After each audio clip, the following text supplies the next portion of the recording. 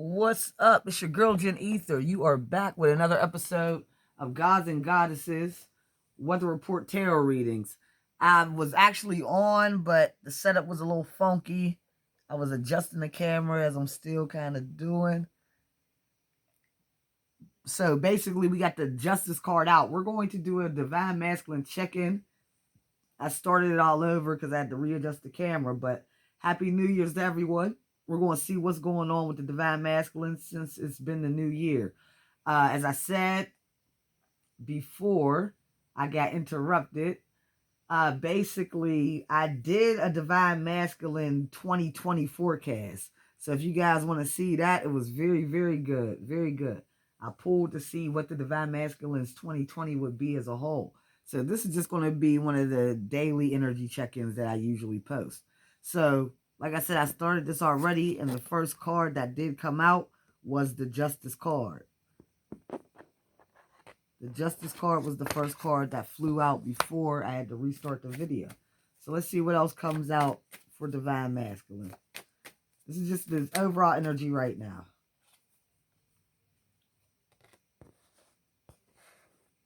Okay, we got the Knight of Cups.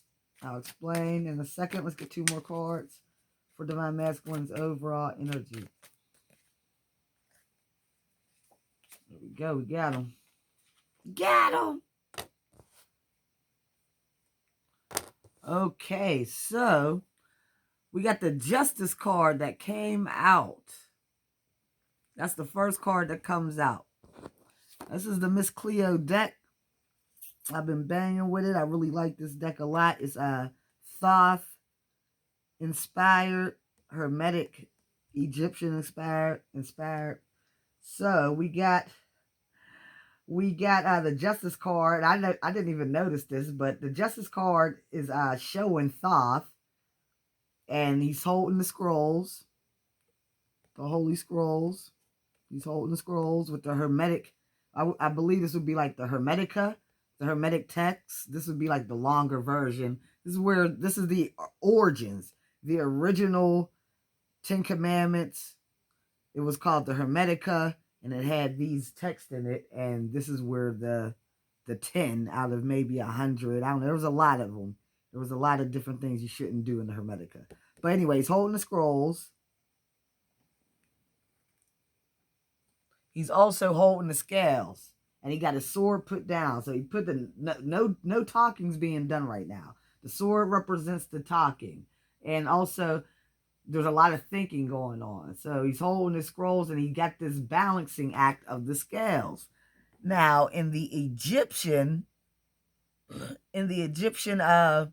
theology or Egyptian I don't really like calling it mythos, but yeah, I guess. Yeah, in Egyptian mythology, basically, when Thoth is measuring, this is who measures you up to see if you can actually get into heaven. So basically, this would be the equivalent to, who is it? I believe it's Peter. I believe it's Saint Peter in Christianity, who looks in the book of life to see if you make it in. In Egyptian mythology, it's him. It's Thoth, the god Thoth. And what he does is he actually puts your heart, you guys can see this, the red thing on the scale is the heart, and the black thing is a feather. So he weighs your heart up against this feather. And if your heart is not lighter than this feather, you cannot move on. You cannot get into the underworld. He leads you through the underworld. In Egyptian mythology, it's all about the underworld. It's not really the upper room. It's all about the underworld. So, just to give y'all some, so it's interesting. So go look it up. At least look up the, I would say look up the comparisons or the comparisons and the contrast and shit of Egyptian mythology and Christianity. It's very interesting the way things have been taken from a bigger scale of culture. So anyway, we also see that Thoth is right next to these pillars. Now these pillars, it's 1 second, because I got a book. Hold up. in one or two of these books. I pulled these books out earlier. Ah, my homie. I pulled these books out earlier and I knew I would have to use them. Again, I couldn't find, I was looking for a flag, the symbol of a flag, which is actually in the Egyptian yoga book, but I couldn't find that book, and it wasn't in these other symbolism books. I got the occult dictionary right here. And these are like encyclopedias and secret law symbols. So what am I looking for anyway? Oh, the towers. Okay, real quick. This is Boaz and Jacqueline. Those two towers. Or two temples. Where y'all at? Where y'all at? Where y'all at? Fuck, man. I've been getting fucked over with these books, yo. Okay, here. I found Boaz. Alright, so with Thoth right in between these two towers, let's read what the towers are about. I can't remember. I'm going over this. I got it underlined, but I can't remember verbatim. So Boaz, Hebrew in its strength. That's what it means. Hebrew. Its Hebrew meaning is in its strength. So the justice card is someone, the divine masculine would be in his strength right now, calling justice. That's one of these temples. They're going to tell us which one, either the left one or the right one, which one's Boaz out of these two pillars. That's what they are, pillars. Okay, so one of the two pillars at the door of the Temple of Solomon, an important element of Kabbalistic, magical, and Masonic symbolism. The pillar Boaz stood at the left of the entrance. Left. So right here, this is Boaz at the left of the entrance of the temple. In symbolism, it is often shown as black and corresponds to the receptive or passive, the material and the feminine, as the pillar Jacqueline corresponds to the active, the spiritual, and the masculine. Kabbalistic associate Boaz with the left-hand pillar of the tree of life, the pillar of severity.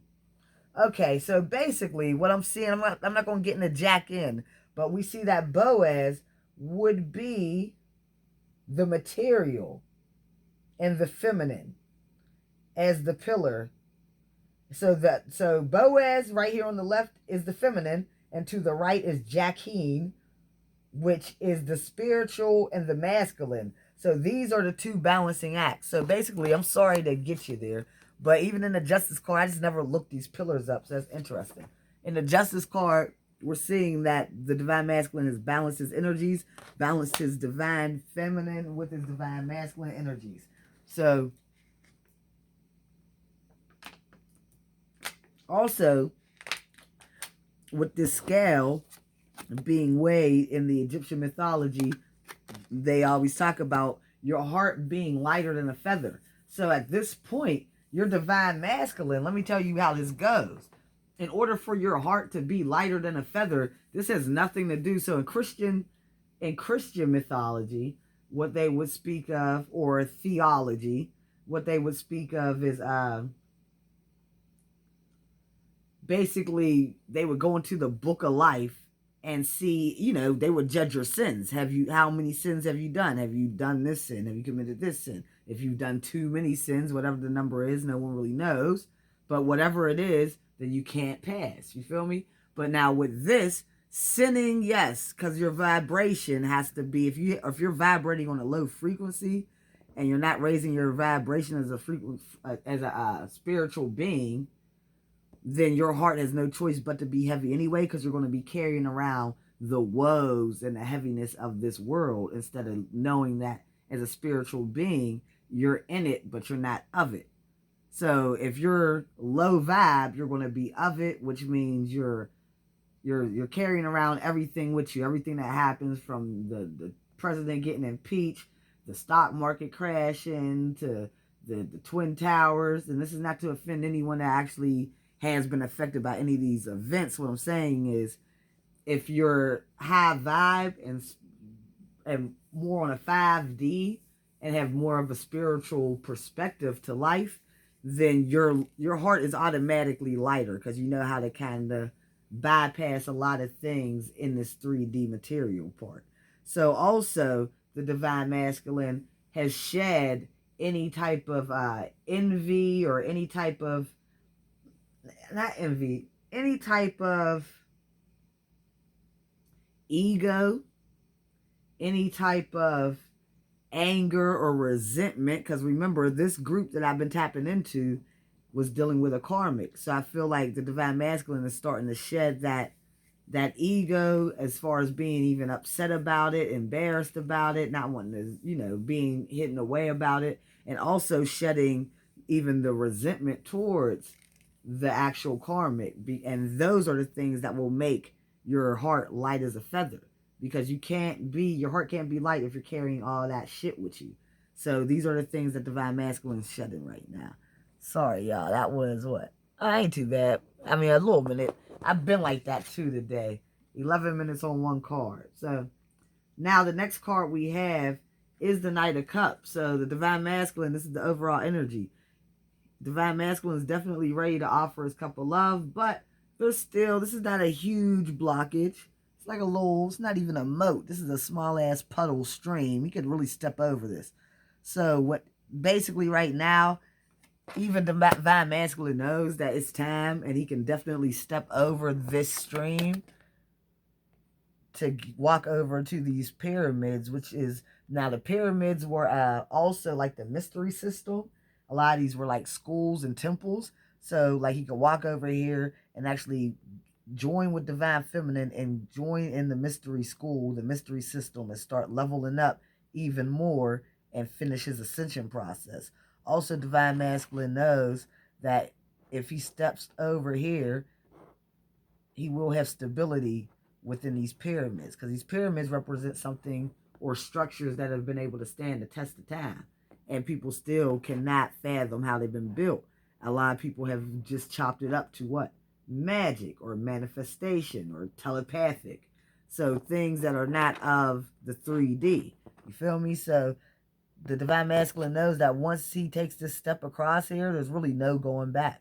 And maybe that's what's making them be so, like, he's ready, but it's one of them things. Like, even when you're ready, it's like, okay, if there's no turning back, let me just make sure I'm ready. You feel me? So, next we got the Ten of Cups. So the divine masculine is ready for this Ten of Cups.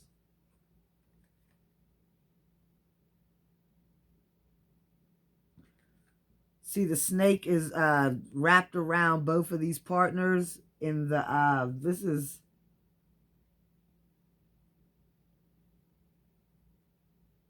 I don't know, in this one, this is two men. So, but the snake is wrapped around these two counterparts. And so maybe both of you guys are operating out of masculine energy at this point, even though it's a divine feminine, divine masculine counterpart. Some of you guys could be in the same sex. I've never noticed that these two people were two men in the Ten of Cups. Now, divine masculine could also be thinking about promising business prospects that would be emotionally fulfilling. Maybe he's hooking up with a business partner too. So for some of you guys, that's happening also. But I'm seeing this snake joining this couple representing knowledge, but it's wrapped in the heart. So it's like, it's really, this connection is a lot different than a lot of ordinary connections. A lot of ordinary connections are wrapped around the more lustful 3D things, but this is actually a connection where the supreme knowledge, like even with this mystery school, like I said, he knows once he crosses, or not, he is, it's not sexual, these are just energies. So a woman can very easily be divine masculine, a man can very easily be divine feminine. But divine masculine understands that once they cross over, they will be stepping into this mystery system. And it's like I said, that's where the Egyptians learned all this. It's like Mason to the 50th power. That's where you learn how to build the pyramids. You feel me? The mystery school is where you learn that shit. So that's why this heart is wrapped around, symbolizing this snake, which symbolizes knowledge. Now I'm looking at this Ten of Cups.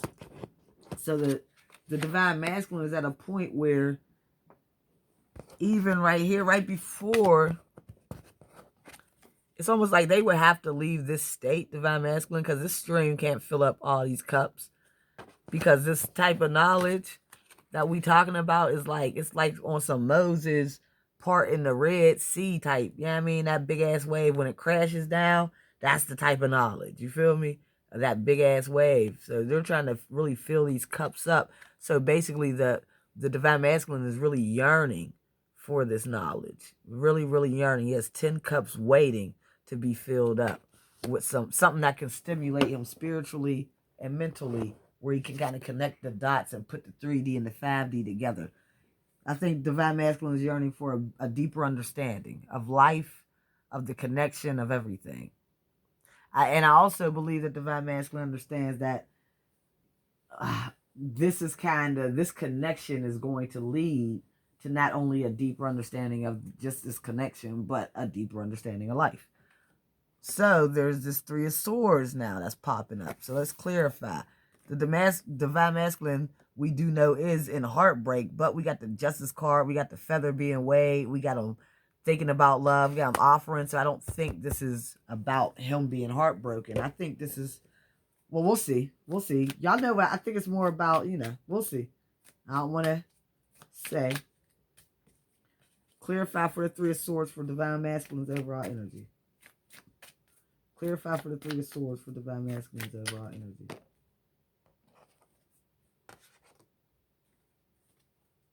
Keep clarifying Three of Swords. Put something else on the Three of Swords, Spirit, guys, for divine masculine.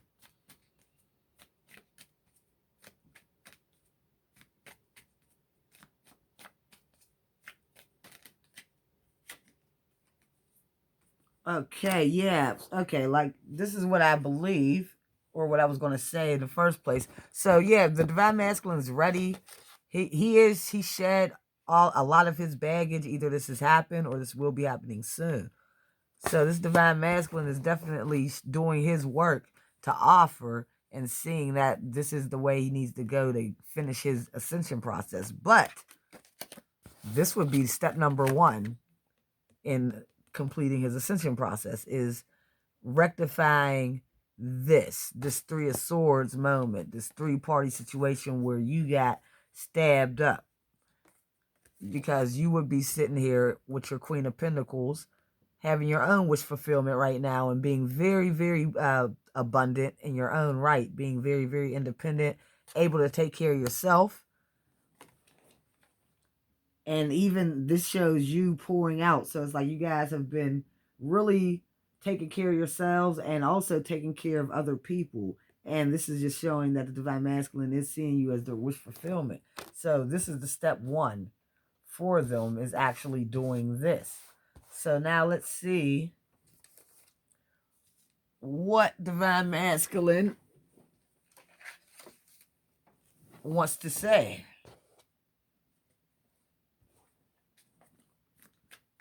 What does divine masculine actually want to tell divine feminine?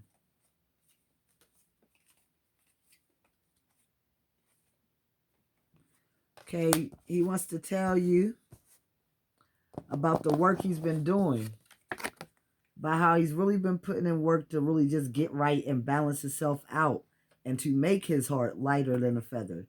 So he's going to tell you, or wants to tell you, he will tell you about this, about everything he had to go through to get right.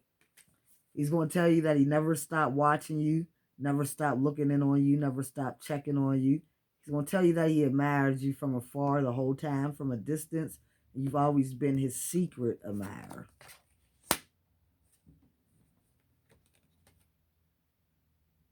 Or he's always been your secret admirer.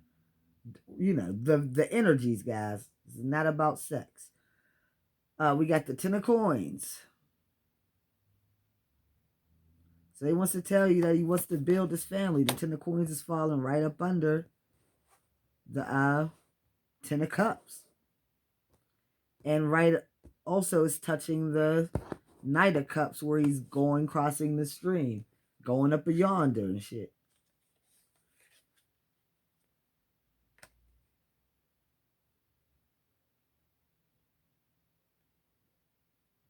Also, because the spine card is right next to the Ten of Cups or Ten of Coins, I feel like he wants to say that he's been spying on you even while he was kind of in another situation. Or you could have been in another situation and Divine Masculine was spying on you while you were in your situation. So remember, people, the Divine Feminine never really gets called on they shit, but Divine Feminines are dealing with karmics too. So for a lot of us, this could definitely be reversed like hell. You know what I mean? So take the energies as they resonate. But for the groups that I've been dealing with, for the most part, it has been the Divine Masculine dealing with the karmic and in the marriage and in the household or in the long term relationship. So now we have the Nine of Cups for what he wants to tell you. So he wants to tell you that he's really just been by himself and just trying to get a peace of mind. You see, this dude is in a state of meditation. And really, these cups are over his head. So he's just really been thinking about this emotional fulfillment that he wants. And with this being the Nine of Cups and him by himself, this is also about him filling his own cup. So he really had to learn to fill his own cups and learn what made him emotionally happy before he could come in. So he wants to tell you that he now knows what he needs and what he wants to be happy. And it is you.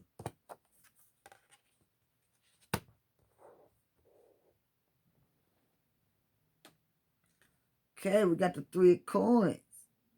He wants to tell you about this work. He wants to put in work with you. He's ready to build with you as a team. He's ready to come in and really put this together. He also could be telling you that he's been working on his connection with other people. So for a lot of us, we know the Divine Masculine has family and friends he's been talking to about the connection. For a lot of you guys, the Divine Masculine knows some of your family and friends, and they've been kind of, trying to see what's up that way. But he's going to let you know about him putting in work while you guys were apart and how he wants to put in work now together, like with you, not separately. And that would be his truest, greatest wish, is to come together and put in work together. Right over the star card. Okay, so now let's see.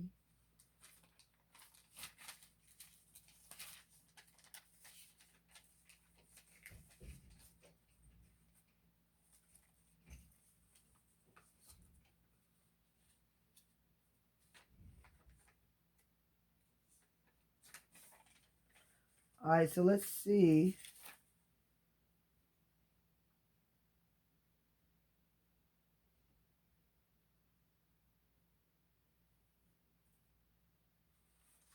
Let's see what the blockages are.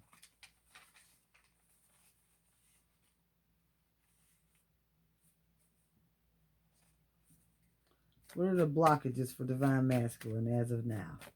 What are the blockages as of now for Divine Masculine?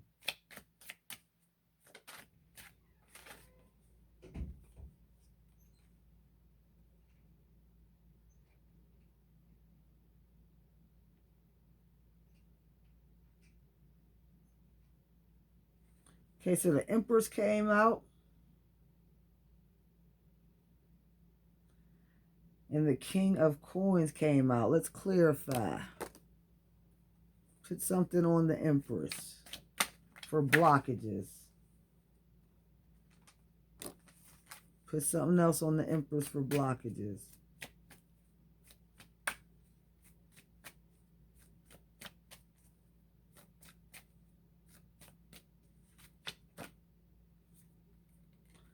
Okay, so one of the blockages, y'all gonna love this, Divine Fem.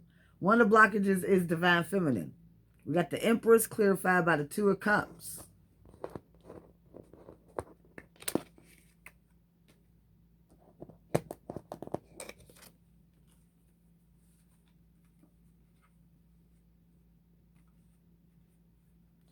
Yeah, so we got the Empress at the top, clarified by the Two of Cups, and then the Page of Cups. So it's like they see you as the Empress. They know, they feel you.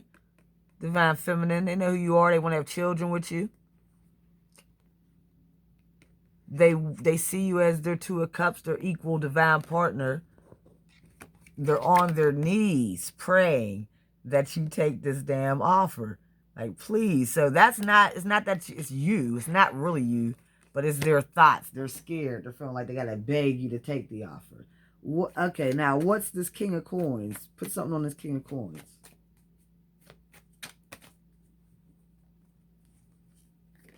Three cards flew out. Four cards. Alright.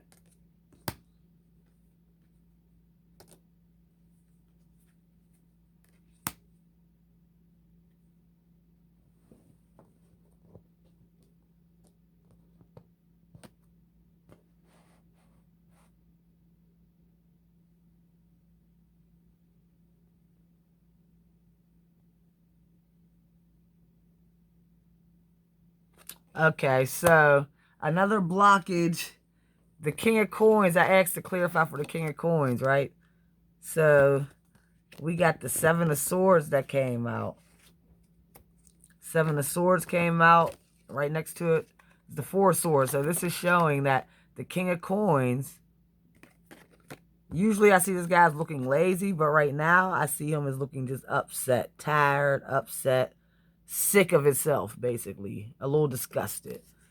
So it's like basically the Divine Masculine ran off with these swords on you.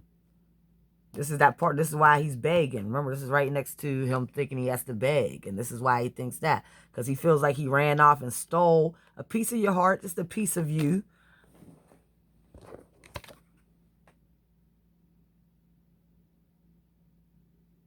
Yeah, it's like, I never even noticed this, but you see the guy running off, stealing something, stealing them swords. And then you see this would be Divine Feminine in the background. Not seeing it. Maybe this was like some magician shit. At one point, the Divine Masculine was right in front of you and you're waiting for your offer from him. And now, poof, he's in back of you, running away with the swords, and you still waiting for the damn offer, not knowing what the fuck just happened. You feel me, Divine Film? So, basically, they're disgusted because they did that. And then that left them in a state of this, because whatever they ran off to, it just wasn't worth it. And actually, that was the Five of Swords, so they moved down. So they thought they won, but they ended up with one less sword afterwards. So something happened to where someone stole from them, and they ended up in this state, feeling upset and just really looking at these damn swords like it wasn't even fucking worth it. Fuck these swords, you know? And actually, he got 3 swords put up, and now he's looking at 1 sword. But he's so the blockage would be that he knows that he was wrong for what he did. When he took those swords, he ran off on a whole new adventure. He ran off on a whole new damn adventure. And at the end of the day, like I said, it didn't work out for him. And now he's coming back to offer you. Or he could have been offering to someone else, because I saw this card before as offering to someone that is not being real, because you can't even see this person in the card. They're halfway out the damn card already. So it's someone that's already ready to take off. They're not even halfway. They're only a piece of this person is in the card. So they're already ready to take off. So this could also be about Divine Masculine giving his time and his valuable time, his money, to people that did not deserve it. And that's why he felt upset, because he stole something from you, someone of value, to give to someone who was not an asset, a valuable asset.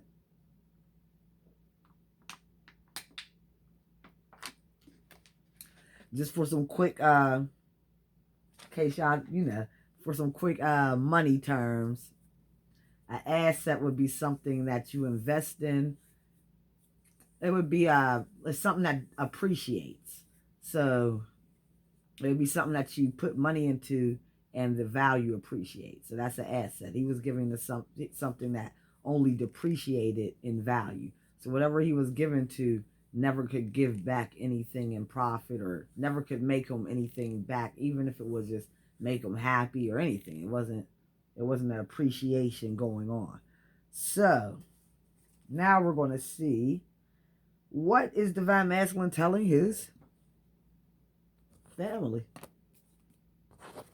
The karmic's not popping up. Now, let's see what's going on with the karmic. What's going on with the karmic?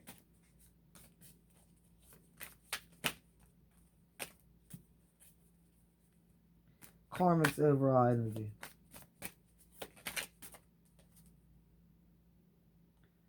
Yeah, the karmic wants some coins, or they want to offer something. The karmic wants to come in with some type of gift. This is just overall energy. What's the overall energy of the karmic? Yep, the Fool. So the karmic is ready to still take this leap of faith, and probably being very foolish. I think panicking. When I see the Fool, he's wanting to give a gift, wanting to take the leap of faith. So I think maybe just in a state of panic and ready to do whatever it takes at this point. How else is the karmic feeling?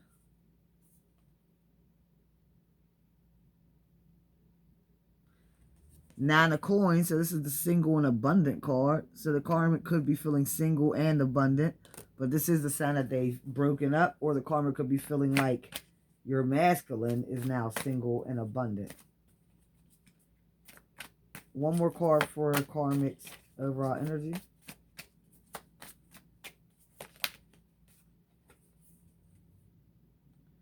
Yep, 10 of Wands. The karmic is carrying some heavy-ass burdens. They feel trapped inside of the situation.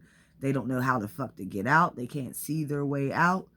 It's like they're in a dark-ass fucking forest with no lights and just stuck there with nothing. So they feel stuck. What does the karmic want to say to Divine Masculine? Or what has the karmic been saying to Divine Masculine? Okay, the karmic's been talking a lot of shit. This queen can be both, though. Sometimes they can speak from just the heart and truth, but still very direct. Or sometimes they can just cut your head off with this sword and be very hurtful with what they're saying. I believe this karmic is probably operating from both sides. I feel like sometimes they're nice, trying to make it work, and then they feel the heavy burden and it makes them snap. So the karmic also is lying. The karmic's been lying to the Divine Masculine. The Magician is someone who is, I mean, because I said, what is he saying to, what, or she? What is, or he, she, it doesn't matter.